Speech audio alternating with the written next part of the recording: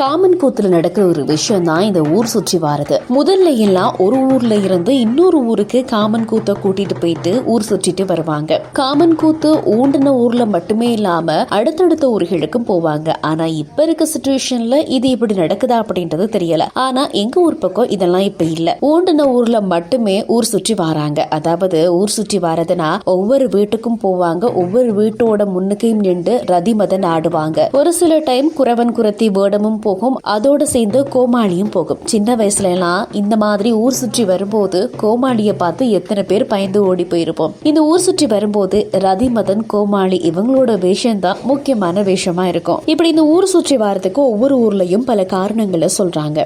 மலைகள்ல இருக்க ஒரு ஸ்பெஷல் என்ன அப்படின்னு சொன்னா பஜனையா இருக்கட்டும், ஊர் திருவிழாவா இருக்கட்டும், மஞ்ச தண்ணி விழா, பல விழாக்கள் இந்த மாதிரி ஊர் சுற்றி தான் கொண்டாடப்படுது. இப்படி ஊர் சுற்றி வாரதால காமன் கூத்து பார்க்க முடியாதவங்க ஊர் சுற்றி வார டைம்ல பார்க்கலாம். அது மட்டும் இல்லாம ஊர் சுற்றி வரும்போது ரதிமதன் வீட்டுக்கு முன்னாடி நின்று ஆடுவாங்க. அதுக்கு பிறகு தங்களால முடிஞ்ச காணிக்கைகளை அந்த வீட்டாக்கள் கொடுப்பாங்க. அது பணமா தான் இருக்கணும்னு இல்ல, பொருளா கூட இருக்கலாம். அந்த மாதிரி நீங்க பார்த்துட்டு இருக்க இந்த வீடியோ வேரகம மாத்தள அப்படின்ற இடத்துல ஊர் சுற்றி வரும்போது எடுத்த வீடியோ தான். உங்க ஊர்லயும் இப்பவும் இந்த மாதிரியான முறைகளை பின்பற்றுறீங்க அப்படின்னு சொன்னா கமெண்ட்ல சொல்லுங்க.